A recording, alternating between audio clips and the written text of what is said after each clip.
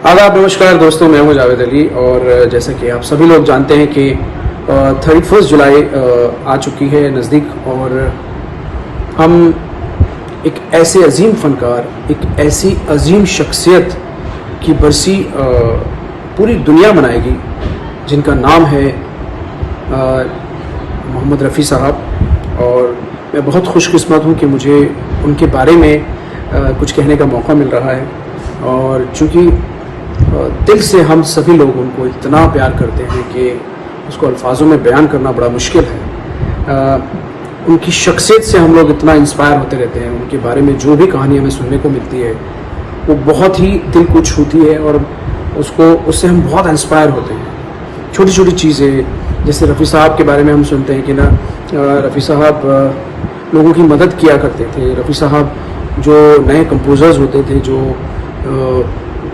अपनी नई शुरुआत करते हुआ करते थे, उनकी मदद किया करते थे, बल्कि उनसे पेमेंट की बजाय उनकी खुद हेल्प कर दिया करते थे। तो ये सारी चीज़ें जो हैं वो बहुत इंस्पायर करती हैं। और आर्टिस्ट तो वो क्या ही कहने थे।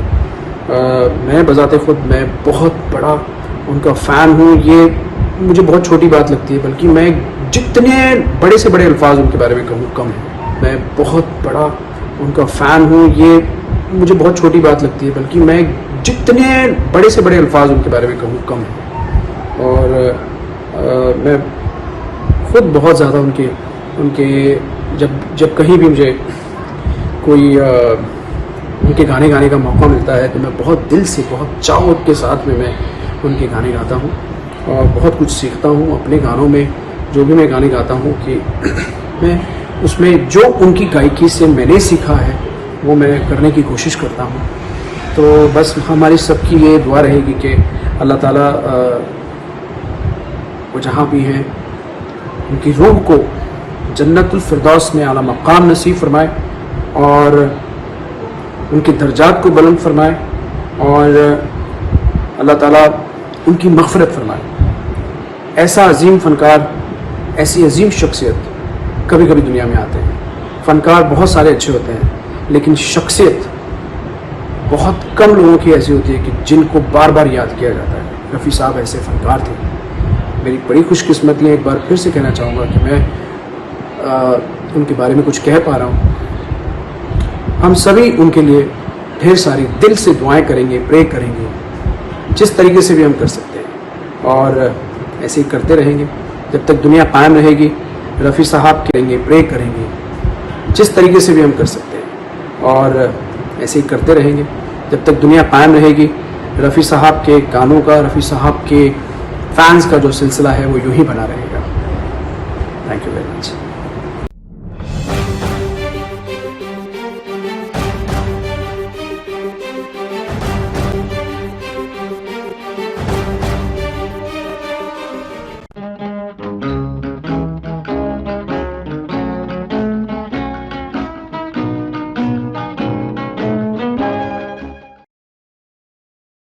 जनाब अमीन सियानी साहब। बेटे, तुमने मुझे ऐसे वक्त पे पकड़ा है जब तबीयत मेरी बड़ी गड़बड़ है, दिमाग उलझा हुआ है। फिर भी मैं बताता हूँ, रफ़ी मेरे बड़े प्यारे अच्छे दोस्त थे, बड़े अच्छे इंसान थे, दिल के बहुत साफ़ और तबीयत के बिल्कुल सीधे साधे। न किसी से गिला शिकवा, न झगड़ा, न कोई नशा, न सिगरेट पीना, न शराब। मैंने उनको अच्छी तरह से डिटेल में रिकॉर्ड करने की बहुत बड़ी कोशिश की, लेकिन होता यही था कि वो कोई भी सवाल मैं पूछूं तो वो हाँ या ना या एक दो लफ्ज़ कहकर चुप हो जाते थे। तो एक बार मैंने बहुत शिकायत की उनसे। मैंने कहा कि रफ़ी भाई, देखिए मैं आपका इतना पुराना दोस्त भी हूँ, भाई की तरह, लेकिन आप मेरी बात ही नहीं मानते, आप मुझे कोई वही नहीं इंटरव्यू ही नहीं देते, तो इसका क्या इलाज है? कहने लगे, देखो अमीन भाई, मैं गायक हूँ, मैं बोलने वाला नहीं हूँ आपकी तरह। तो अगर आप मुझे इंटरव्यू करना चाहते हैं तो यूँ कीजिए कि सवाल कुछ ऐसे पूछे मुझसे जिनके जवाब मैं गा कर दे सकूं। यानी सवाल आप करें और वो उसका जवाब गीतों में दें। हाँ, यानी मैं करूं सवाल और वो गीतों में जवाब देंगे। अब हुआ ये कि मैंने कहा चलो ठीक है, और मैंने कुछ सवाल लिए और उनको गीतों से जोड़ा, और फिर मैं गया कि ये नहीं वो लाइव गाएंगे इस इंटरव्यू में, ये नहीं कि मुझे रिकॉर्ड बजाना है, वो खुद गाएंगे। तो सब तैयारी जब मैंने कर ली तो अब किस्मत देखिए कि उन्हीं दिनों रफ़ी भाई चल बसे, और वो मेरी जो बहुत बड़ी आशा थी कि मैं रफ़ी साहब को इस तरह संगीत के ज़रिए इंटरव्यू कर पाऊँ, तो वो भी आशा पूरी नहीं हो पाई।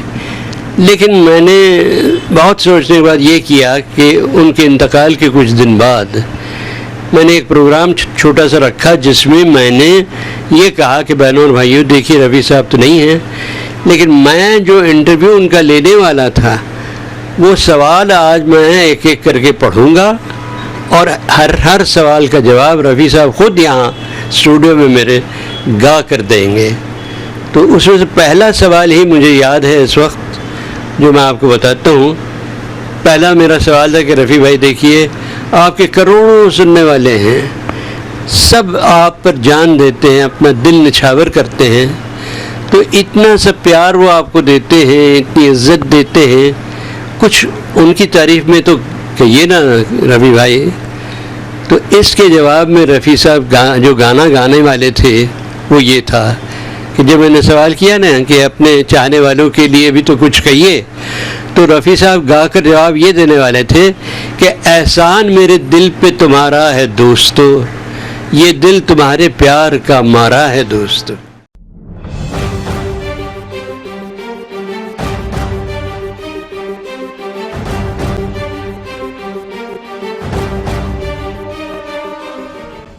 हमारे बाद इस महफिल में अफसाने बयां होंगे, हमारे बाद इस महफिल में अफसाने बयां होंगे।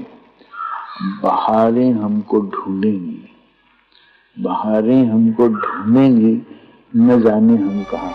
जाने वाले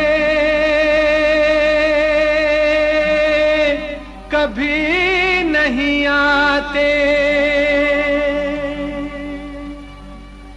जाने वाले की याद आती है।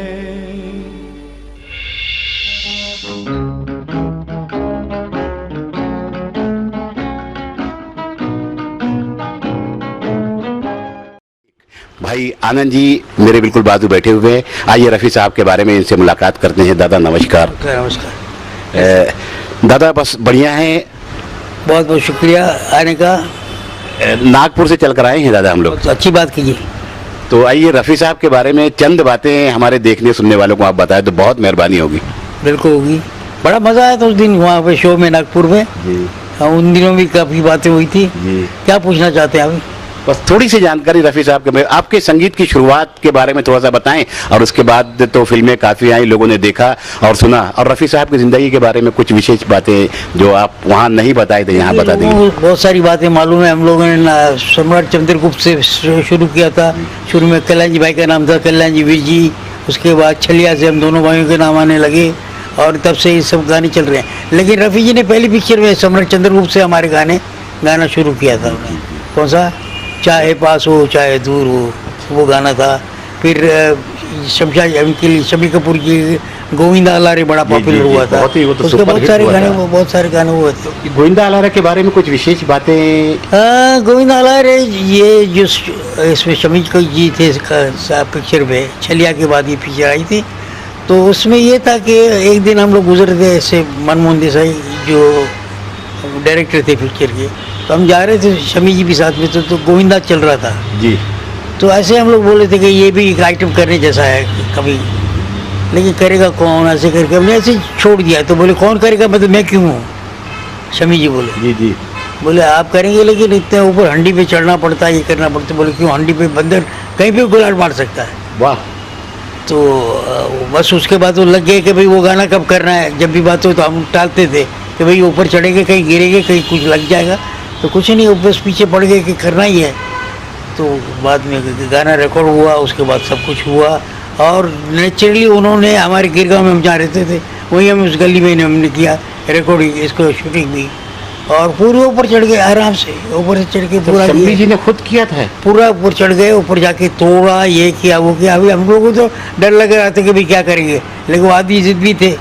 लेकिन बात मजे की बात ये है कि ये मजाक में जो बात हुई थी उसको 50 साल के बाद उसी गली में 5 लाख लोग शिवसेना वालों ने एक प्रोग्राम अरेंज किया था, और उसमें 5 लाख उस दिन रोड बंद करवाया था। और शमी जी तो नहीं थे, उनके घर वाले सब आए थे, और लोगों ने उसको सेलिब्रेट किया। एक बड़ा ये भी दिया उन्होंने, अवार्ड भी दिया हमको, तो सब कुछ किया उन्होंने। रफ़ी साहब के ताल्लुकात के बारे में ज़रा साहब बताइए। रफ़ी साहब बड़े सोबर आदमी थे, ज़्यादा कुछ सोशल बात नहीं, मजाक वजाक नहीं करते जैसे किशोरदा और ये करते, मुकेश जी करते थे, ऐसा नहीं। वो आएंगे, काम की बात करेंगे, लेकिन काम करने का जो तरीका था उनका, बहुत सोच समझ के करना। जिन्हें समझ में आएगा तो फिर से रिहर्सल करेंगे, ये करेंगे वो करेंगे, और उसके बाद वो गाना गाते थे। गानों में उनको तकदीर वाले ही थे कि 40 साल उन्होंने काम किया, तो उसमें शुरू में जो थे पुराने टाइप के म्यूज़िक डायरेक्टर थे, उनका स्टाइल अलग था। उसके बाद श्री रामचंद्र और ये लोग आए, फिर शंकर जी किसी ने आए, फिर हम लोग आए, लेकिन धीरे धीरे हर किसी का काम एडप्ट करते गए, और उसी की तरह ढकते गए, वो पानी की तरह बहते गए, जहाँ जैसे कलर मिला।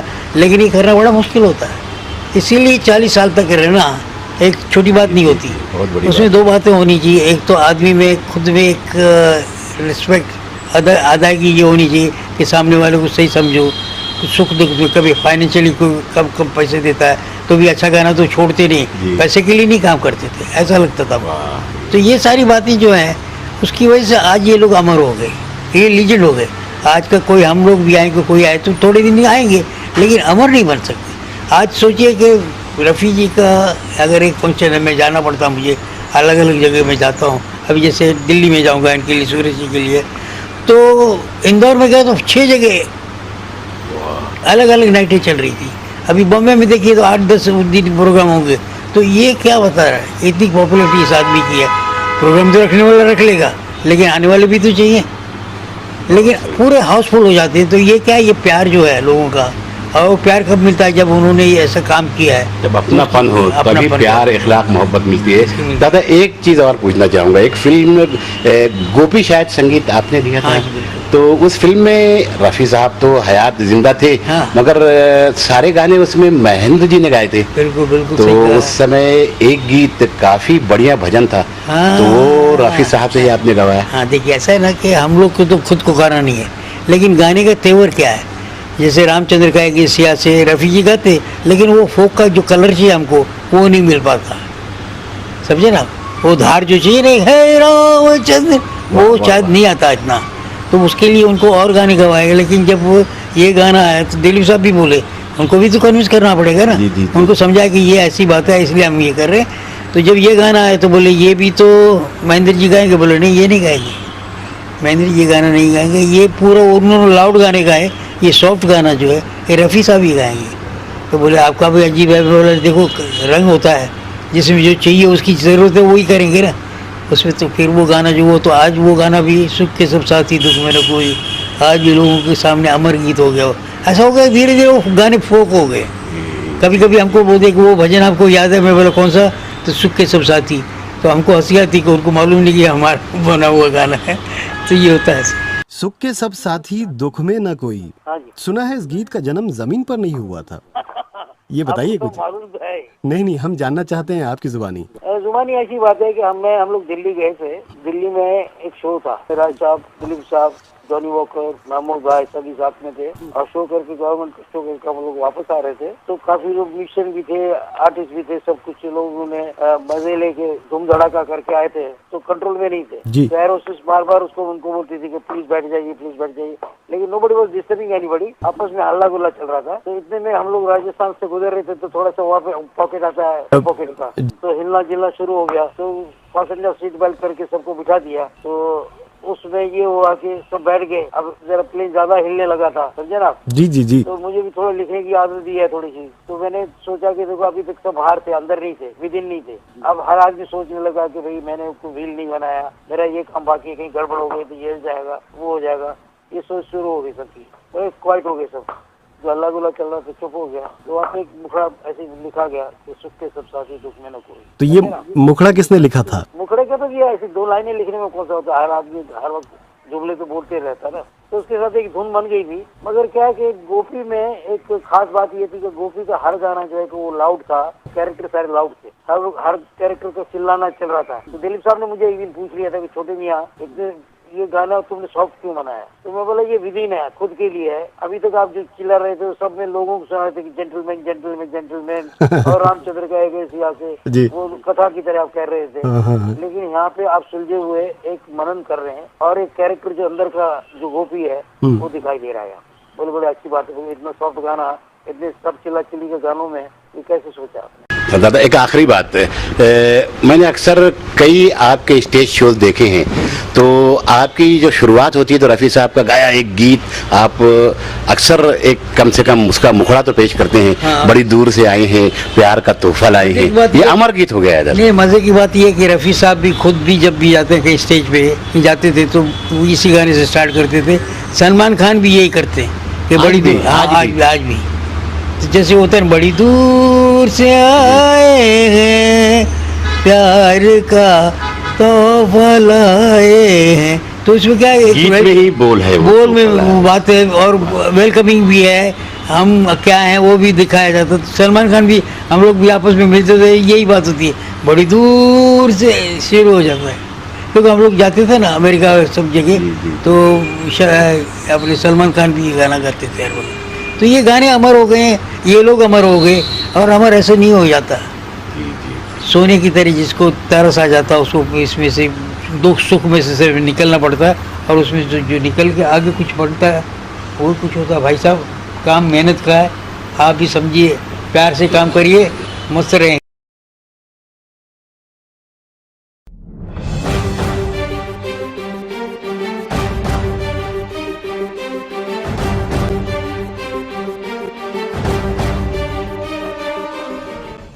हमारे बाद इस महफिल में अफसाने बयां होंगे, हमारे बाद इस महफिल में अफसाने बयां होंगे।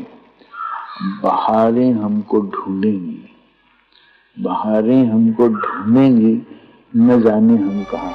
जाने वाले कभी नहीं आते, जाने वाले की याद आती है।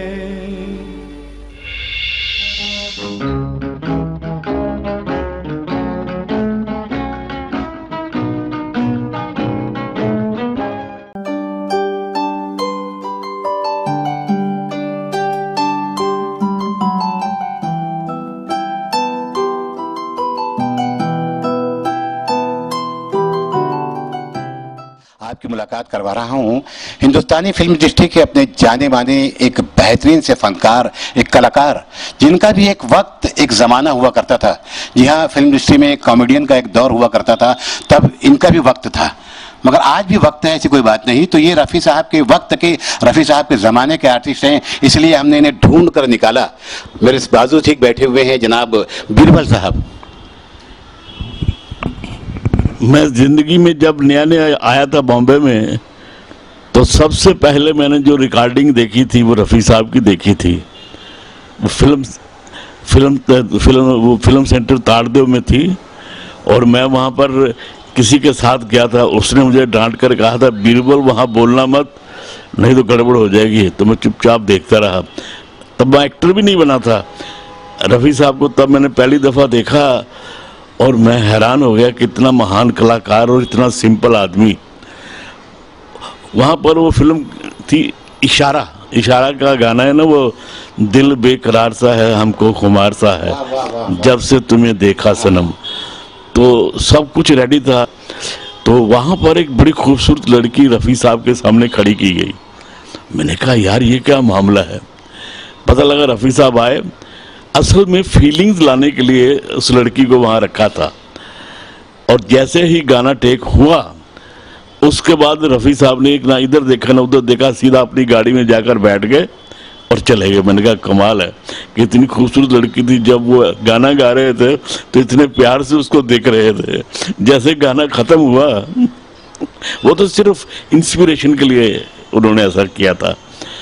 मैंने रफ़ी साहब को बहुत करीब से देखा है। वो जितने बड़े गायक थे उतने ही नेक इंसान भी थे। छोटे मोटे जो प्रोड्यूसर उनके पास जाते थे वो कहते थे रफ़ी साहब ये गाना आपके लायक है लेकिन आपसे मैं गवा नहीं सकता, मेरे पास पैसे नहीं है। तो रफ़ी साहब क्या कहते थे? कहते थे ठीक है मैं तुम्हारा गाना गा देता हूँ, जो तुम्हें देना चाहे 1 रुपया भी देना है वो मेरी जेब में डाल देना। ऐसा महान कलाकार दुनिया में कभी कभी आते हैं। जबकि मैं बचपन से किशोर कुमार का फ़ैन हूँ और किशोर कुमार भी रफ़ी साहब के बहुत बड़े फ़ैन थे। और क्या है बीरबल जी, स्टेज पे आप किशोर कुमार के गाने भी गाया करते हैं? जी, अभी भी गाता हूँ कभी कभी। बताइए रफ़ी साहब के बारे में। तो रफ़ी साहब का एक गाना है जो मुझे बहुत ही पसंद है, जिसमें फिलॉसफी ऑफ लाइफ है। मैं जिंदगी का साथ निभाता चला गया, मैं जिंदगी का साथ निभाता चला गया, हर फिक्र को धुएं में उड़ाता चला गया, हर फिक्र को धुएं में उड़ाता चला गया। जो मिल गया उसी को मुकद्दर समझ लिया, जो मिल गया उसी को मुकद्दर समझ लिया, मुकद्दर समझ लिया, मुकद्दर समझ लिया। जो खो गया मैं उसको भुलाता चला गया, जो खो गया मैं उसको भुलाता चला गया, हर फिक्र को धुएं में उड़ा। ये गाना मैं जब भी सुनता हूँ इसमें फिलॉसफी ऑफ लाइफ है। देखा जाए भगवत गीता का निचोड़ सारा इस गाने के अंदर है। तीन अंतरे तीनों ही लाजवाब हैं। वैसे तो उनके कई गाने हैं जो मैं बहुत ही लाइक करता हूँ। मैं तो कहता हूँ ऐसा महान सिंगर दुनिया में कभी कभी आता है। और किशोरदा और रफ़ी साहब का इतना आपस में प्यार था, कोई गाने की रिकॉर्डिंग के लिए रफ़ी साहब के पास आता था तो उसमें यूडलिंग वगैरह होती थी, तो वो कहते थे ये मेरी दुकान का काम नहीं है, आप किशोर की दुकान पर जाओ। और किशोर कुमार के पास कोई मुश्किल गाना आ जाता था, थोड़ा सा क्लासिकल बेस्ड, तो वो रफ़ी साहब के पास भेज देते थे। इतना प्यार मैंने दोनों में देखा, मैं कभी भूल नहीं सकता। जबकि मैं खुद किशोर कुमार का बहुत बड़ा फ़ैन हूँ, उसी से इंस्पायर होकर मैंने फिल्म लाइन में का कदम रखा और आज भी उनके गाने स्टेज पर गाता हूँ और एक्टिंग भी करता हूँ। दोनों दुकानें चलती हैं मेरी मालिक की मेहरबानी से, इन गुरुओं के, महान गुरुओं के आशीर्वाद से। मैं तो इतना ही कहूँगा, रफ़ी जब तक ये दुनिया है, इस दुनिया में संगीत है, जब तक ये दुनिया जिंदा है तब तक रफ़ी साहब और किशोर कुमार को कोई नहीं बुला सकता। उन सबको मैं प्रणाम करता हूँ, दोनों को। दोनों ही महान हैं अपनी अपनी जगह। चलते चलाते एक बात और बीरबल साहब, मैं आपसे ये पूछना चाहता हूँ कि रफ़ी साहब को इंतकाल किए आज करीब 37-38 साल हो गए।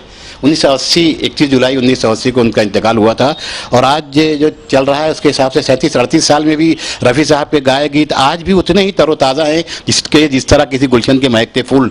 तो रफ़ी साहब को आज तक भारत रत्न नहीं दिया गया, इस बारे में क्या कहेंगे आप? उनको देना चाहिए, ऐसे महान सिंगर को, और इतने अच्छे अच्छे गाने गाए हैं और हर गाने में मीनिंग्स हैं। ये नहीं कि ऐसे ही ऊट पटांग गाने गा दिए।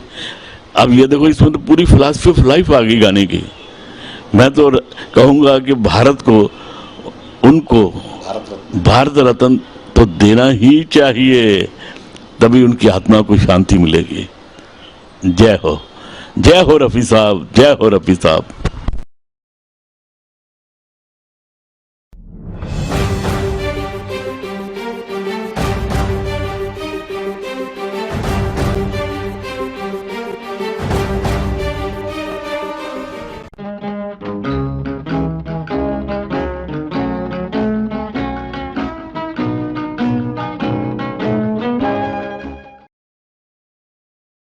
ब्रह्मचारी में मैं 9 साल का था। उससे पहले मैंने मराठी फिल्में भी की थी, हिंदी फिल्में भी की। ब्रह्मचारी में काम करने का सौभाग्य मुझे मिला। और शमी अंकल के साथ मैंने काम किया। बहुत सारे गाने रफ़ी साहब के उस फिल्म में थे, लेकिन मेरी मुलाकात रफ़ी साहब से जो पहली हुई वो ब्रह्मचारी के बाद हुई। एक फिल्म बन रही थी बचपन जी, तो उस फिल्म की रिकॉर्डिंग थी फेमस ताड़देव में। लक्ष्मीकांत प्यारेलाल जी उनके संगीतकार थे उस फिल्म के, और गाना रिकॉर्ड होने जा रहा था आया रे खिलौने वाला खेल खिलौने लेके आया रे। और मेरी मुलाकात उसी रिकॉर्डिंग स्टूडियो में, मैंने सबसे पहले इस महान शख्सियत से मेरी मुलाकात जब पहली बार देखा, मोहम्मद रफ़ी। अब तक तो सिर्फ आवाज़ ही सुनते थे, लेकिन लाइव एक सामने मिलना किसी को, जो मेरी ख्वाहिश हमेशा रही, जो पूरी हुई उस दिन जब लक्ष्मी जी रफ़ी साहब को गाना सिखा रहे थे और मैं लक्ष्मी जी की बगल में बैठकर वो सब कुछ देख रहा था, सुन रहा था। मेरा ख्याल है कि इससे बड़ा अनुभव, इससे बड़ा तजुर्बा उस उम्र में मुझे कभी इससे पहले मिला नहीं था। उसके बाद रफ़ी साहब से मुलाकात होती रही। चंदा और बिजली में भी उन्होंने गाना गाया था, खुद तो बदनाम हुए हमको बदनाम किया, लेकिन बदकिस्मती से उस रिकॉर्डिंग पे मैं जा नहीं पाया। यही वजह थी कि मैं बचपन की रिकॉर्डिंग पे मैंने ज़िद की कि मैं आना चाहता हूँ। उसके बाद सिलसिला जारी रहा। रफ़ी साहब ने मेरे लिए भी गाने गाए। मेरी पहली बतौर हीरो फिल्म थी गीत गाता चल, उसमें एक गाना रफ़ी साहब ने मेरे लिए गाया था। उस फिल्म का वो आखिरी गाना था जो डुएट था, और रफ़ी साहब की आवाज़ मुझे नसीब हुई थी। मेरी बंसी में जितने गीत हैं सब राधा के मनमीत हैं सब। उसके बाद सिलसिला जारी रहा। कॉलेज गर्ल में और भी फिल्में काफ़ी हुई जहाँ पे रफ़ी साहब ने मेरे लिए गाना गाया। जाने बहार फिल्म थी, आँख का तारा भी, आँख का तारा में तो सारे गाने रफ़ी साहब ने। क्या बात है। तो बहुत सारी फिल्में ऐसी हुई। फूलों की तरह वो हंसती थी,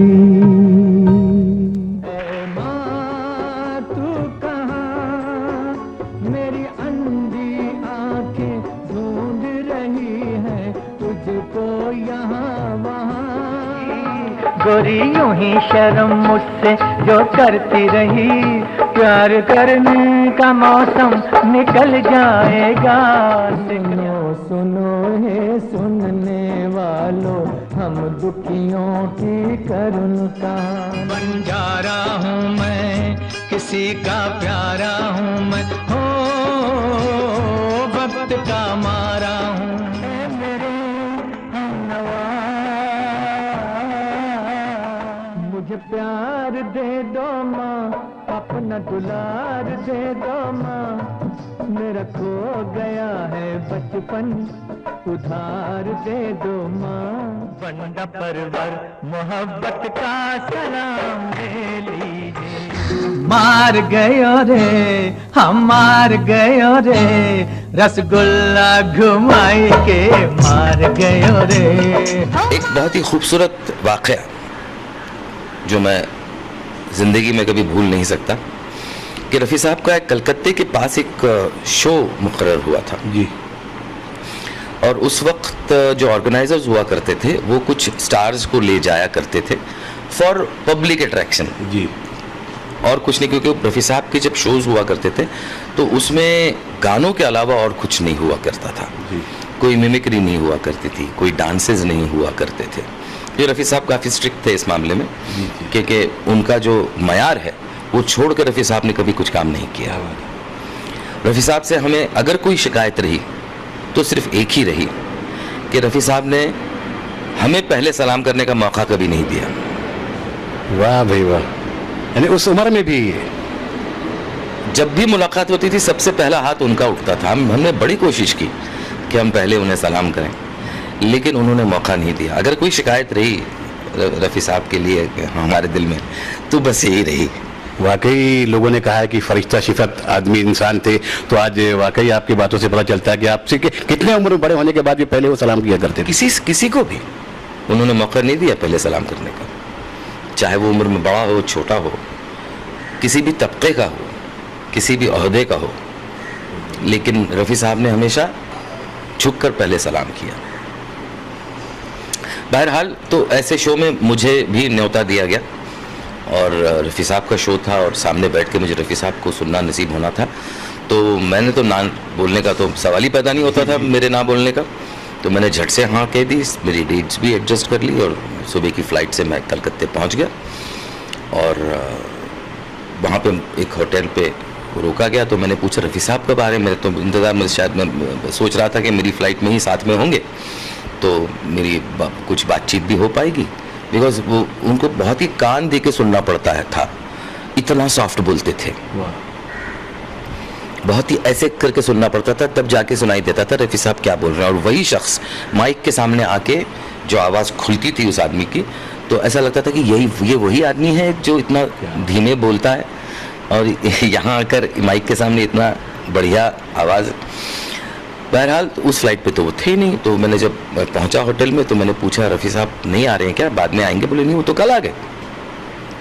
कल आके उन्होंने पूरा वो साउंड टेस्ट वगैरह सब जो है वो किया है। अच्छा ठीक है। मैंने कहा अभी शाम ही को मुलाकात होगी, लेकिन मैं दोपहर को खाना वाना खा के रेस्टोरेंट में नीचे होटल के मैं ऊपर जा रहा था, अपने फ्लोर पे लिफ्ट से बाहर निकल के कॉरिडोर से अपने कमरे की जानिब मैं बढ़ रहा था, तो एक जगह दरवाज़ा थोड़ा सा मैंने खुला हुआ महसूस हुआ जिसके अंदर से हारमोनियम की आवाज़ आ रही थी। तो मैंने कहा कोई जान पहचान के होंगे या कोई म्यूजिशियंस होंगे, तो सलाम दुआ करते निकलूं, इसलिए मैंने थोड़ा दरवाज़ा जो है वो खोला, तो वो एक स्वीट का दरवाज़ा था, मतलब जिसके के स्वीट मतलब एक ड्राइंग रूम होती है और अंदर बेडरूम होती है, होटल का स्वीट रूम जिसको कहते हैं। तो उस स्वीट रूम में के हॉल में रफ़ी साहब कारपेट पे हारमोनियम लेके कारपेट पे बैठे हुए, हारमोनियम सामने रख के कुछ गुनगुना रहे थे, तो उनकी नज़र मुझ पर पड़ी। तो मैंने कहा सॉरी। तो उन्होंने कहा सचिन जी, पहले तो सलाम किया और फिर कहा आइए। मैं डरा सा सहमा मैं अंदर गया, बैठिए ना। मैंने कहा नहीं आप कुछ रियाज कर रहे हैं तो मैं आपको डिस्टर्ब नहीं करना चाहूँगा। नहीं अकेला हूँ, बैठिए। खाना खाया? मैंने कहा जी खाया। आपने? हाँ थोड़ा बहुत। मैंने कहा शाम को शो है इतना बड़ा आपका रफ़ी साहब, आराम नहीं करेंगे, सोएंगे वगैरह? नहीं। मैंने कहा क्यों? जब शाम को गाना हो तो दोपहर को सोते नहीं, आवाज़ भारी हो जाती है। क्या बात। तो वो एक सीख मिली कि शाम को अगर परफॉर्मेंस हो या अगर माइक पे गाना हो आपको, तो दोपहर को सोना नहीं चाहिए ताकि आवाज़ जो है वो भारी ना हो। मैंने कहा बहुत शुक्रिया, आप रियाज कीजिए। मैं बैठिए ना, कुछ काम है? मैंने कहा नहीं बैठिए। बैठ गया मैं। कुछ सुनेंगे आप?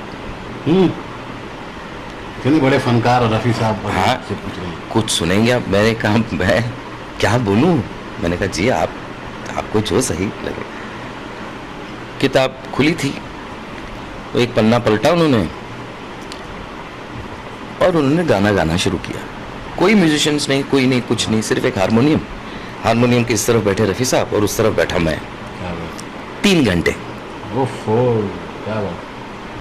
3 घंटे मेरी जिंदगी का वो लम्हा, सुनहरा लम्हा या लम्हात आप कह सकते हैं, कि मेरा मतलब इससे बड़ा अवार्ड मुझे जिंदगी में कोई दे ही नहीं सकता। जो रफ़ी साहब उस दिन 3 घंटे मुझे उन्होंने सिर्फ वो गा रहे थे और मैं सुन रहा था। और ये मोहम्मद रफ़ी मेरी ज़िंदगी में इस तरह से मेरे दिल में घर कर गया और मेरे जहन में समझ लीजिए मेरे जिस्म का एक हिस्सा रफ़ी साहब बन गए।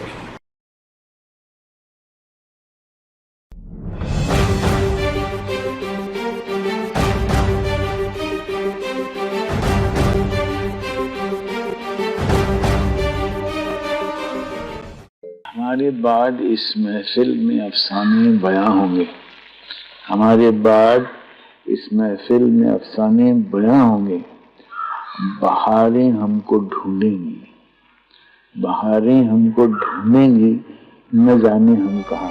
जाने वाले कभी नहीं आते, जाने वाले की याद आती है।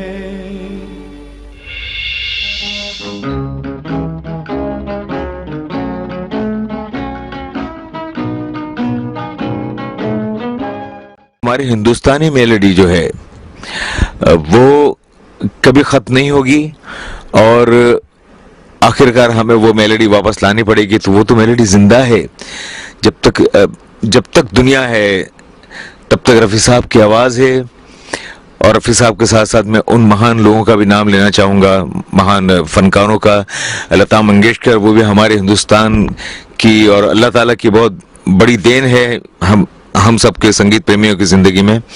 आशा जी, लता जी, किशोरदा, मुकेश जी, सभी बहुत अपनी जगह पे आला हैं। लेकिन बकौल मुकेश जी के, मुझे नितिन मुकेश मेरे बहुत अच्छे प्रिय मित्र हैं। तो उन्होंने कहा था कि मुकेश जी ने मुझे कहा, मुकेश जी ने कहा कि अगर मुकम्मिल गुलकार आपको बनना है तो रफ़ी साहब को सुनिए और रफ़ी साहब को गाइए। आज के यूथ, आज के जनरेशन में बहुत से ऐसे लोग, लड़के लड़कियां हैं जो सिंगिंग में अपना मुस्तकबिल बनाना चाहते हैं, करियर बनाना चाहते हैं। तो उनके लिए भी ये पैगाम जाता है कि आपको बहुत अच्छा गुलकार बनना है, कामयाब गुलकार बनना है, तो आप रफ़ी साहब को सुनिए, रफ़ी साहब को गाइए। जनाब शब्बीर साहब, अगला सवाल मैं आपसे ये पूछना चाहूँगा कि आपकी अपनी ज़िंदगी में रफ़ी साहब से पहली मुलाकात कब और कहाँ हुई? रफ़ी साहब से मेरी 3 मुलाकातें हुई हैं। सबसे पहली मुलाकात 1972 में हुई थी, जब कि मैं आपको बताना चाहूँगा कि मैं बड़ौदा गुजरात का रहने वाला हूँ। बड़ौदा में पैदा हुआ और कुली से लेकर बेताब के गानों तक मैं यहाँ पर बॉम्बे में गेस्ट हाउस में रहता था। और बड़ौदा से मैं पूना का एक ऑर्केस्ट्रा रहा है, आपने शायद आप सब जानते होंगे, मेलोडी मेकर्स, मंसूर भाई जरी वाला। तो उस मेलोडी मेकर्स में मुझे अक्सर बुलाया जाता था। तो मेलोडी मेकर्स में जाने के लिए मुझे बड़ौदा से बॉम्बे आना पड़ता था और बॉम्बे आकर मैं दादर से ट्रेन चेंज करके पूना पहुंचता था और पूना मेलोडी मेकर्स में जाकर जो भी मेरी जिम्मेदारी, मुझे जो गाने दिए जाते थे वो गाने गाता था, जहाँ जहाँ शोज होते थे शोज करता था। और वापसी में वही बॉम्बे आकर, बॉम्बे से बड़ौदा की ट्रेन मुझे पकड़नी पड़ती थी। तो मैं अक्सर ये करता था, जब भी मेरा पूना शो होता था और बॉम्बे आता था मैं बड़ौदा जाने के लिए, तो अक्सर मैं रात की ट्रेन पसंद करता था, क्योंकि बॉम्बे सेंट्रल के पीछे वहाँ से थोड़ी वॉकिंग डिस्टेंस के ऊपर famous recording centre, famous Tardeo है, जहाँ रफ़ी साहब अक्सर रिकॉर्डिंग के लिए आते थे। और मुझे बॉम्बे के बारे में ज़्यादा मालूमात नहीं थी, तो मेरी दौड़ बॉम्बे सेंटर से लेकर फेमस स्टूडियो तक होती थी। तो मैं वहाँ पर अपनी बैग जमा करके बॉम्बे सेंट्रल स्टेशन पर, वहाँ से पैदल वॉकिंग डिस्टेंस पे फेमस रिकॉर्डिंग था, वहाँ जाता था। और वहाँ जाकर एक पान वाले भैया थे, वहाँ पान की दुकान थी, वहाँ मैं उनको पूछता था, साहब आज यहाँ किसकी रिकॉर्डिंग है, कौन गा रहे हैं? तो जैसे मुझे पता चलता था, मैं कोशिश करता था मैं किसी को भी देखूं, किसी की भी रिकॉर्डिंग मुझे देखना मिल जाए तो मेरी बहुत खुशनसीबी होगी। तो इस तरह एक बार फिर पूना शो के लिए गया, बॉम्बे आया, बॉम्बे से मैं फेमस पे पहुंचा और पान वाले भैया से मैंने पूछा, साहब आज किसका रिकॉर्डिंग है, यहाँ पर किसका टेक चल रहा है? तो पता चला कि साहब लक्ष्मीकांत प्यारेलाल का टेक है। और मैंने कहा गुलकार कौन है? तो बोले अब भी रफ़ी साहब गाड़ी में से उतर के गए। तो आप समझ सकते हैं कि मेरी ज़हनी कैफियत क्या होगी। और मैं बिल्कुल बेचैन, बेकरार, बिल्कुल मेरी छटपटाहट तो देखते भी नहीं बनती थी। बस ये है कि मैंने वो पान वाले भैया से कहा कि साहब मुझे कैसे भी करके आप स्टूडियो में ले जाइए, मैं सब रफ़ी साहब को देखना चाहता हूँ। तो बोले ये तो बहुत मुश्किल काम है, अंदर में आप किसी को परमिशन नहीं मिलती रिकॉर्डिंग के टाइम पे। तो मैं बस वहीं खड़ा रहा कि मैं कैसे भी करके, कुछ भी करके, अगर नहीं जाना मिला तो रिकॉर्डिंग जब भी खत्म होगी 2-3 घंटे के बाद जब निकलेंगे रफ़ी साहब, तब उनसे मिल लूंगा। लेकिन मीनवाइल देखिए मेरे नसीब अच्छे थे कि एक रिदमिस्ट जो रिदम बजाते हैं लक्ष्मीकांत प्यारेलाल की म्यूजिक में, वो इत्तेफाक से मिस्टर सुरेश वो बाहर आए। वो मुझे जानते थे, मैंने उसको देखा और देखा, अरे शब्बीर तुम यहाँ क्या करो, अरे तुम्हारे गुरु अभी अंदर गए हैं। अरे मैंने बोला सुरेश तू ऐसे मौके में मिल गया है भाई, मुझे कैसे भी करके अंदर स्टूडियो में ले जाए यार प्लीज। तो उसने बोला ठीक है कि मैं कोशिश करता हूँ, क्योंकि तुम्हारे गुरु हैं इसलिए मैं कोशिश करूंगा। तो वो अंदर गए और अंदर जाके परमिशन लेकर मुझे स्टूडियो के अंदर लेकर गए और वहाँ एक विजिटर्स के लिए एक छोटा सा एक सोफा रखा हुआ था, जो मेरे अलावा और भी कुछ लोग बैठे हुए थे, एक कपल बैठा हुआ था। मुझे कह दिया कि भाई यहाँ चुपचाप बैठ जाना, बिल्कुल आवाज़ मत करना। तो उस दरम्यान मेरा एक शौक रहा था, मैं ड्राइंग करने का बड़ा शौक था कि सफ़र में भी जाता था तो मैं स्केच ड्राइंग पैड और स्केच पेन मेरे साथ रहती थी, तो वो मेरे पास रहती थी। तो मैं अंदर स्टूडियो में बैठ गया, रफ़ी साहब रिहर्सल करने हॉल के अंदर आए जहाँ सारे साजिंदे थे। तो वहाँ मैंने पहली बार रफ़ी साहब को देखा और बस देखते ही मेरे आंखें बस बरबस खुशी के मारे बहने लगी, एकदम बिल्कुल आंसू बहने लगे एकदम से। और बाद में वो रिकॉर्डिंग हुई फिल्म पैसे की गुड़िया और गाना रिकॉर्ड हुआ। गाना रिकॉर्ड होने के बाद रफ़ी साहब उनके सेक्रेटरी ज़हीर साहब के साथ जब निकलने लगे तो ज़हीर साहब ने लोगों को हटाया, उनको रास्ता देने के लिए, चलिए हटिए हटिए। तो विजिटर्स जो मेरे अलावा भी थे वो भी चाहते थे कि वे रफ़ी साहब से मिल लें, लेकिन उन्होंने ज़हीर साहब ने कहा कि नहीं हटिए हटिए जाने दीजिए। अब मैंने क्या किया, रफ़ी साहब जब रिहर्सल कर रहे थे उस दौरान मैंने स्केच पेन ली और उनका स्केच कर लिया था रफ़ी साहब का। और जब साहब निकले तो मैंने फौरन वो उनकी तस्वीर वो जो मैंने अपनी बनाई थी पेंसिल से उसी वक्त वो सामने रख दी सर। तो उन्होंने देखा, बड़ा वो सॉफ्ट स्पोकन थे, अभी बनाई है, बहुत अच्छी है, ज़हीर पेन दीजिए। और उन पेन ली और रफ़ी साहब ने अपनी ऑटोग्राफ कर दी और मैंने उनके हाथों का बोसा ले लिया। ये मेरी पहली मुलाकात थी और आज भी वो लम्हे मुझे याद है। आज के दौर में रफ़ी साहब को भारत रत्न से सम्मानित नहीं किया गया अभी तक, इस बारे में आप क्या कहेंगे? भारत रत्न अवार्ड के बारे में आप बात कर रहे हैं? देखिए साहब, वो अवार्ड जो रफ़ी साहब को मिलते हैं वो अवार्ड को इज्जत मिलती है, रफ़ी साहब को नहीं। क्योंकि वो बदनसीब अवार्ड होंगे जो रफ़ी साहब के नाम, जिनके साथ रफ़ी साहब का नाम नहीं जुड़ा हो। और अब तक जितने अवार्ड्स मिले हैं वो अवार्ड्स खुशनसीब हैं जो रफ़ी साहब के हाथों में आए। और हर अवार्ड ये सोचता होगा उस जमाने में कि मैं कब मुझे सही बंदा मिले और रफ़ी साहब के हाथों मैं बस उनके मुबारक हाथों से नवाजा जाऊं। तो ये अवार्ड की बदनसीबी है। बाकी रफ़ी साहब किसी अवार्ड और उसके इनाम अकराम के कोई हकदार, मतलब उनको कोई जरूरत ही नहीं है। और मैं तो चाहता हूं कि जो ये कोशिश करते हैं उनके जज्बे को मैं सलाम करता हूं, जो रफ़ी साहब को ये अवार्ड भारत रत्न दिलाना चाहते हैं, लेकिन ये उनकी बदनसीब है।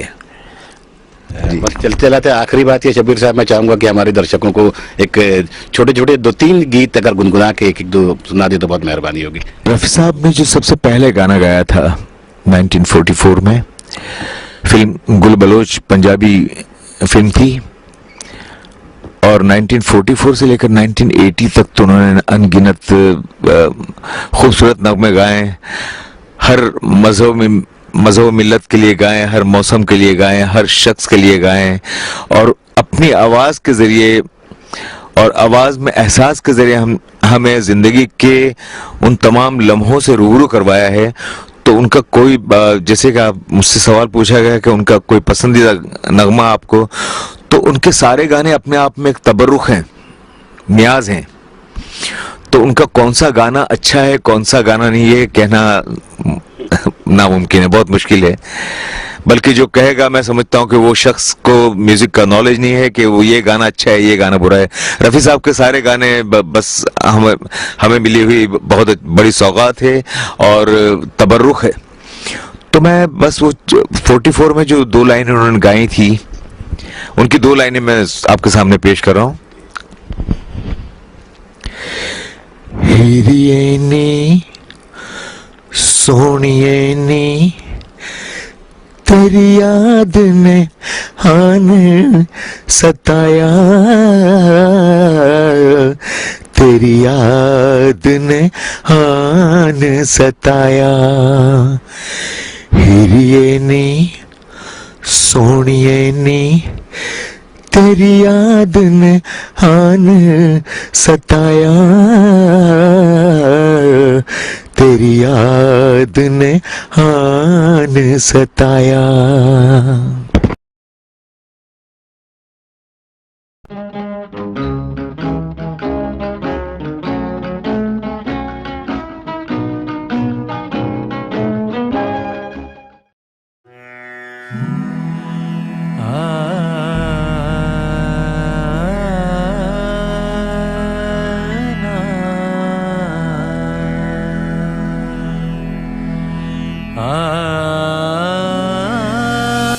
कोई शय मुसव्विर की दमसाज मिलती, कोई चीज शायर की हमराज मिलती, ये कहता है कागज पर हर शेर आकर, मुझे काश मोहम्मद रफ़ी की आवाज मिलती।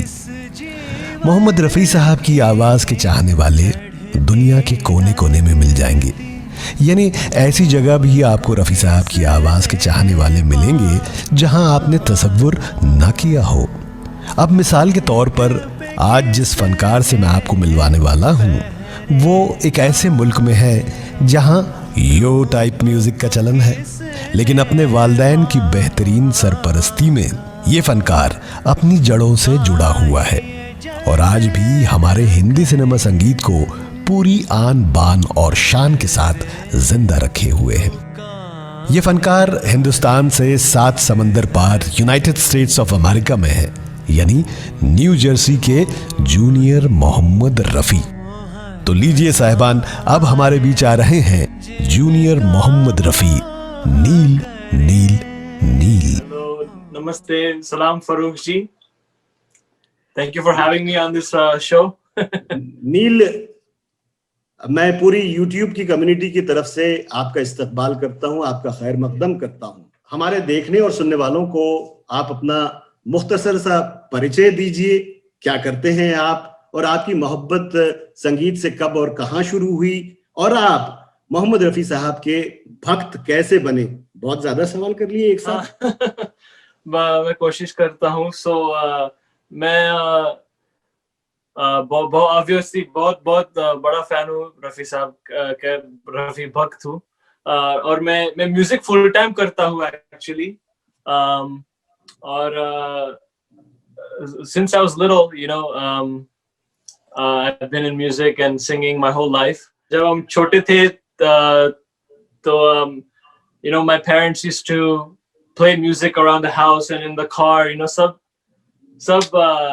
you know, it was everywhere. Music was everywhere growing up, luckily. And Rafi Saab, I mean, I love his voice so much and I love his music so much, and yeah, just somehow was drawn to his voice, you know, from a very young age. ये किस as की बात कर रहे हैं आप नील? यानी मैं ये जानना चाहूंगा, हमारे देखने वाले ये जानना चाहेंगे कि आप किस उम्र से गा रहे हैं? Since I was 3, so 3 साल के। Unbelievable. Yeah. Tell me something about the picture I can see in your background of Rafi. Yeah, so when I was little, I asked my parents, I think my dad was going to India for a trip, and I asked him just one thing, to get a poster of Rafi Saab on his way back. So he came back with, I think, Rafi Saab and Lata ji also have a poster somewhere in the house. But Rafi Saab ka मैंने frame किया है, तो you know, मेरा room में ये रहता है और you know, I look at it when I do Riyaz and for inspiration. आप रियाज की बात कर रहे थे, ये बताइए कि कितने घंटे रियाज करते हैं आप? अभी थोड़ा if I'll be honest, थोड़ा slow है। I mean, थोड़ा क्योंकि मैं थोड़ा म्यूजिक के जॉब्स भी कर रहा हूँ अभी इसी वक्त। But on a good day, maybe, you know, 1.5 to 2 hours होता है। Is that sufficient enough? Not really. I'd like to be doing 3-4, but I do that every now and then, you know. But I need to be doing more. रियाज आपको करते रहना पड़ेगा। मेरा आपसे अगला सवाल नील ये रहा कि हिंदी सिनेमा संगीत में एक से बढ़कर एक सिंगर्स हुए हैं, आपने सिर्फ और सिर्फ रफी साहब की आवाज को ही क्यों चुना? वो I mean that's a very good question. मुझे different singers भी you know पसंद है, like सोनू निगम और Arijit Singh and stuff, but Rafi साहब का I don't know, in his voice there's just this मीठा quality, sweet quality, or just the humbleness, the modesty shows from in his voice, you know. तो वही मैं जानना चाह रहा था आपसे कि थोड़ा सा आप मुझे डिटेल में समझाएं कि रफी साहब की आवाज में ऐसी कौन सी खास बात आपको नजर आई कि आप उनके शागिर्द बन गए, उनके भक्त बन गए और उनके गीत गाने लगे? I think one major thing is unki range. You know, he could do a very sad, depressing, melancholy song, but also do a happy, fun-loving, "Main Jat Yamala Pagla Diwana" type song. So वो range बहुत पसंद हुई. और you know, when I was growing up, when I was 5 or 6, I remember hearing Madhuban mein Radhika in the car, you know, and that really prompted me to go into Hindustani classical music and get a classical bass, so I'd be able to sing, you know, the tough songs. But और क्या, I mean, just his personality. I mean, जब मैं छोटा था मुझे वो gift मिल गई, Legend CD, और in that Legend CD, there was you know, written about it, like a bio about him, and it's, you know, it said like that he was very, very modest, very simple human being, and that made me you know, fall in love with him as a person and his music. अभी कुछ देर पहले आप जिक्र कर रहे थे शास्त्रीय संगीत का, क्लासिकल संगीत का, तो आप ये बताइए मुझे कि क्या आपने शास्त्रीय संगीत की तालीम ली है? हाँ, मैंने ली है from various teachers. Pandit Jasraj जी जब आते थे from India, तो मैं उनके साथ बहुत I used to learn a lot from him and his disciples. So and then I had multiple other teachers along the way. Ni sa re ga re sa ma pa dha ni sa sa dha ni pa ma pa ga ma re sa. क्या बात है? ये राग कौन सा है? दरबारी. हाँ, क्या बात है, वेरी गुड, वेरी गुड. तो यानी अब आपसे शास्त्रीय संगीत के बारे में मैं सवाल नहीं कर सकता. चलिए ये बताइए कि वो कौन सा पहला गीत था जिसे सुनने के बाद आपको पता चला कि ये मोहम्मद रफी साहब की आवाज है? वो मे बी ये गाना, चाहूंगा मैं तुझे साँझ सवेरे, फिर भी कभी अब नाम को तेरे आवाज मैं ना दूंगा, आवाज मैं ना दूंगा, आवाज मैं ना दूंगा, आवाज मैं ना दूंगा. ये तो आपने बड़ा अच्छा कह दिया कि आवाज मैं ना दूंगा, लेकिन आवाज आप रफी साहब को ही दे रहे हैं. कमाल की बात है. रफी साहब के गाए हुए कौन से गीत हैं जो आप गाने से कतराते हैं? यानी वो गीत कौन से हैं जो आप जिन्हें गाने की हिम्मत नहीं जुटा पाते कि यार ये बहुत मुश्किल है, क्या करूं मैं, ये कैसे गाऊं? वो एक ये गाना है, आपको भी ये पता है ना, बालमा सावन बीता जाए, हाय रे सावन बीता जाए. उसमें वो बहुत डिफिकल्ट जगह है where he does चांद को बदरा गरबा लगाए, चांद को बदरा गरबा लगाए, और भी मोरा मन ललचाए। वो जगह है, मैंने अभी ट्राई किया, बट वो टफ है बहुत जगह। जी, तो ऐसे मेरे ख्याल है कि और भी बहुत से गीत होंगे जो आपको आपकी कसरत करा देते हैं गले की आपकी। हाँ हाँ। हम इस पे चर्चा बाद में करेंगे। मैं आपसे ये भी पूछना चाहूंगा कि मैंने आपको गाते हुए सुना है अभी भी, और पहले भी आपके वीडियोस मैंने देखे हैं। आपके गीतों में आपका उर्दू का तलफ्फुज यानी उच्चारण, आपका प्रोनाउंसिएशन बहुत अच्छा है। तो क्या आपने तालीम ली है? नहीं, एक्चुअली मैं जस्ट सुन कर रिप्रोड्यूस करता हूँ, just from listening thousands and thousands of times to the song. मैंने सुना है कि आप रफी साहब के अलावा भी कुछ और तजुर्बे करते हैं, तो वो कैसे एक्सपीरियंसेस हैं? मीनिंग क्या मतलब रफी साहब के अलावा भी आप दूसरे फनकारों को गाते हैं। मैंने सुना है आप कुछ पॉप भी गाते हैं, आप कुछ रॉक भी गा लेते हैं। ओह हाँ, वो since I was little, because I'm raised in America, grew up with pop music as well, pop R&B, और बहुत शौक है मुझे वो टाइप के गाने। और should I sing sample for you? Please go ahead.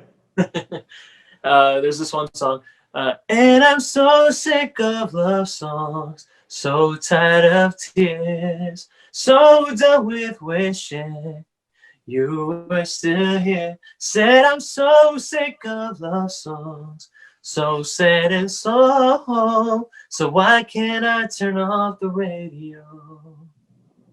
वाह जी वाह, वाह क्या बात है।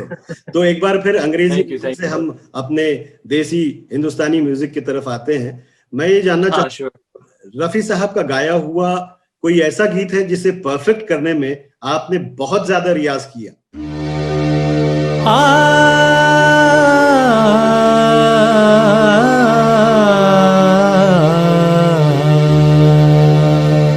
मधुबन में राधिका नाचे रे, मधुबन में राधिका नाचे रे, गिरधर की मुरलियाँ बाजे रे।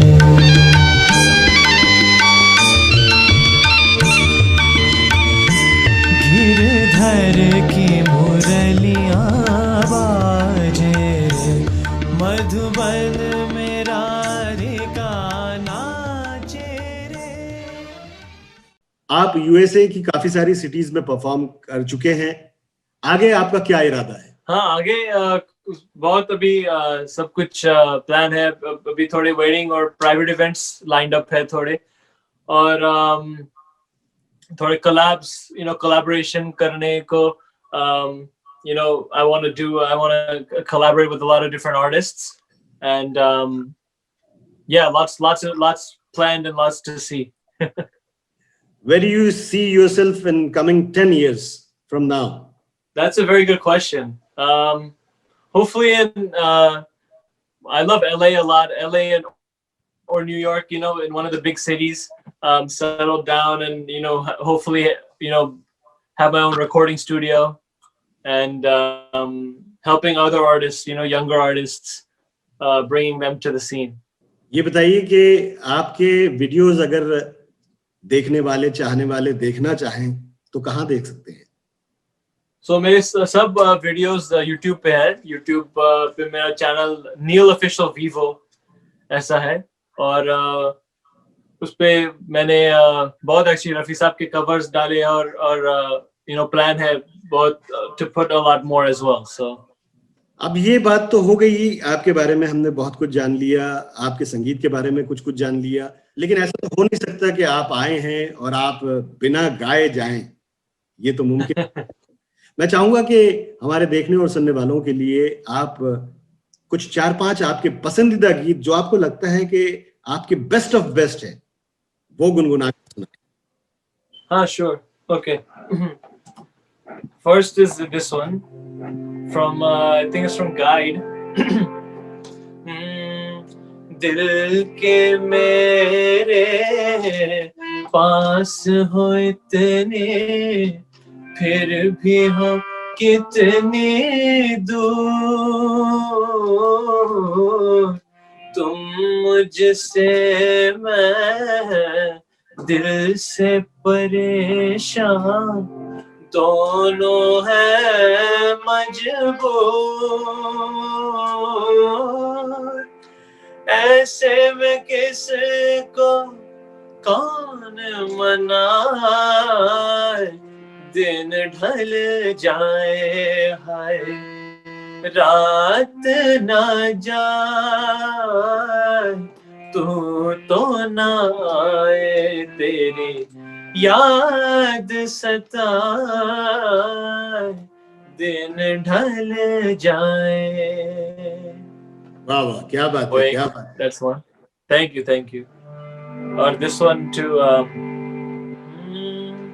तरसती निगाहों ने आवाज दी है, मोहब्बत की राहों ने आवाज दी है, जाने हया जाने अदा, छोड़ो तरसाना, तुमको आना पड़ेगा, जो अदा किया वो निभाना पड़ेगा, निभाना पड़ेगा। बहुत बढ़िया, बहुत बढ़िया, बहुत बढ़िया। मुझे चलते चलते आप कोई एक ऐसा गीत सुनाइए जिसे आपको गाने पर ऐसा लगता है कि आप रफी साहब की आवाज के काफी नजदीक पहुंच गए हैं। ऐसा कोई गीत आपका है जो आपको लगता है कि ये मैं सबसे बेहतरीन गाता हूं? वो टफ है। Thank you so much. I mean, people say my voice aligns with his a lot, but I won't say anything. I won't say anything. I'll be humble in that. But maybe this song.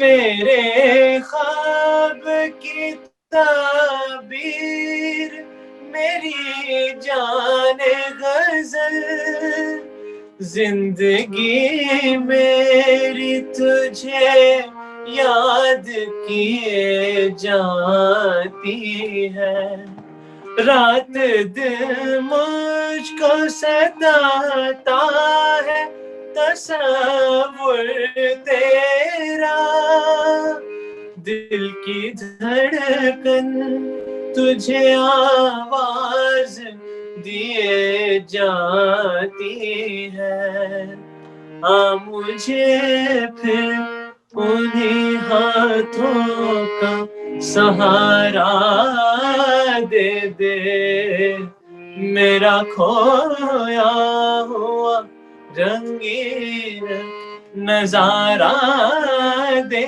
दे, मेरे महबूब तुझे मेरी मोहब्बत की कसम, मेरे महबूब तुझे।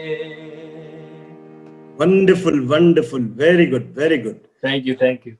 नील, हमारे यूट्यूब की दुनिया वालों से आप क्या कहना चाहते हैं? Thank you so much and being a part of this show and supporting Farooq ji and myself, and I hope to see you soon at a show near you, at a concert near you. And about Rafi Saab, you know, I'm a devout fan, devout Rafi Bhatt, and thank you for sharing the love of Rafi Saab with all of us, and thank you so much for your support and kindness.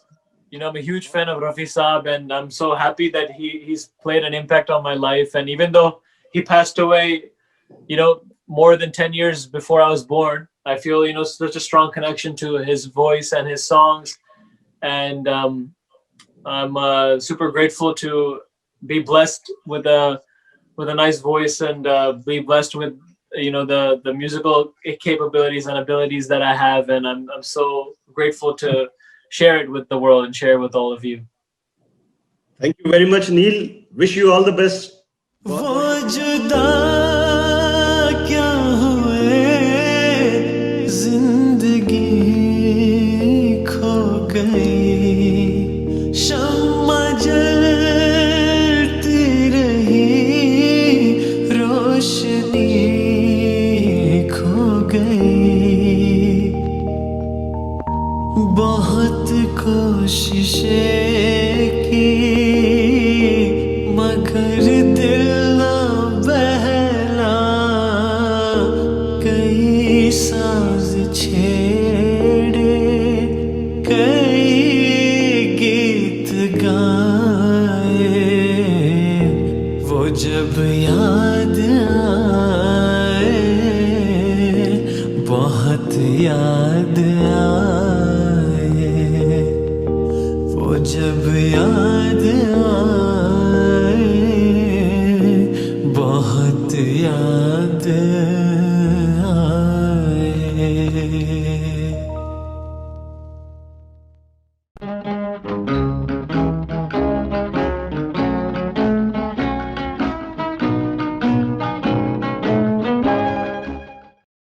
साहिबान कहते हैं कि 1969 में Hindi cinema में एक ऐसी सुरीली आंधी चली थी जो उस दौर के सभी बड़े सिंगर्स को बहा कर ले गई।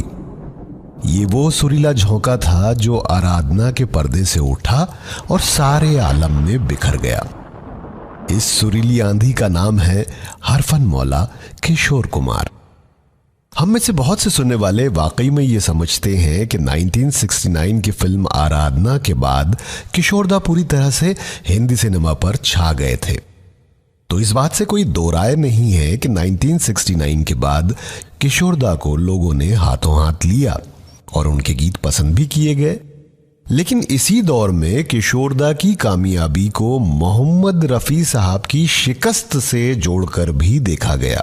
कुछ लोगों का कहना है कि 69 के बाद रफ़ी साहब को काम मिलना कम हो गया था। कुछ लोग ये भी कहते हैं कि 1969 के बाद रफ़ी साहब का दौर ही ख़त्म हो गया था।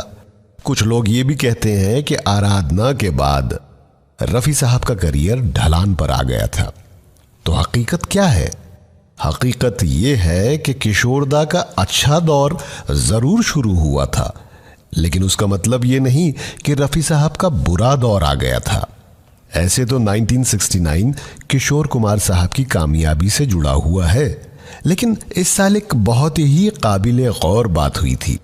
बात यह है कि 1969 में रफ़ी साहब ने टोटल 190 गीत गाए थे और दूसरी तरफ किशोरदा के हिस्से इस साल सिर्फ और सिर्फ 20 गीत आए थे, जिनमें सोलोज और डुएट्स दोनों शामिल हैं। अब आप खुद ही इस बात का अंदाजा कर लीजिए कि 20 गीत कहाँ हैं और 190 गीत कहाँ हैं। तो इस बात से कुछ जाहिर हो ना हो, कम से कम एक बात तो साफ जाहिर होती है कि भले ही रफ़ी साहब के गीत पॉपुलर ना भी हुए हों, लेकिन उनका दौर अभी ख़त्म नहीं हुआ था। 1969 की फिल्म प्यार का मौसम इस बात का सबूत है कि मोहम्मद रफ़ी साहब का अच्छा दौर 1969 में ख़त्म नहीं हुआ था। फिल्म प्यार का मौसम में रफ़ी साहब ने फिल्म के हीरो शशि कपूर साहब के लिए प्लेबैक दिया था, जबकि किशोरदा ने भरत भूषण साहब को अपनी आवाज़ दी थी। ये वही भरत भूषण थे जो कभी हीरो बनकर आया करते थे। उन दिनों उन्हें रफ़ी साहब की आवाज़ मिला करती थी, लेकिन 1969 में भरत भूषण हीरो नहीं रहे। इसी फिल्म के एक सीन में रफ़ी साहब का जिक्र भी होता है। मैं एक तान मारूंगा, वो भाग के यहाँ आ जाएंगे। मेरी कान से भी आ सकती हैं। मिस्टर प्यारेलाल, इनसे जो जी चाहे मुकाबला कीजिए, लेकिन गाने का मुकाबला ना कीजिए। क्यों? कौन है ये? लता मंगेशकर हैं? आप भी मोहम्मद रफ़ी नहीं है। अभी पता चल जाता है। अब जरा सोचिए कि अगर रफ़ी साहब का वक्त 1969 में ख़त्म हो गया होता तो क्या उनका जिक्र होता फिल्म के सीन में? ये रेशमी जुल्फें तेरी आंखों के सिवा दुनिया में रखा क्या है, आने से उसके आए बाहर, ये शमा तो जली जो उनकी तमन्ना है बर्बाद हो जा, तुम बिन जाऊं कहां, एक बंजारा गाए, गर तुम भुला ना दोगे। दोनों ने किया था प्यार मगर जन्म जन्म का साथ है निभाने को, बदन पे सितारे लपेटे हुए तुमसे अच्छा कौन है। और इस तरह के और भी कई बेहतरीन सोलो रफ़ी साहब की आवाज़ में सुनने को मिले 1969 में। और 1969 में लता जी और रफ़ी साहब के कुछ बेहतरीन डुएट सुनने को मिले थे। तो फिर कैसे लोग कह सकते हैं कि रफ़ी साहब का दौर 1969 के बाद खराब हो गया था?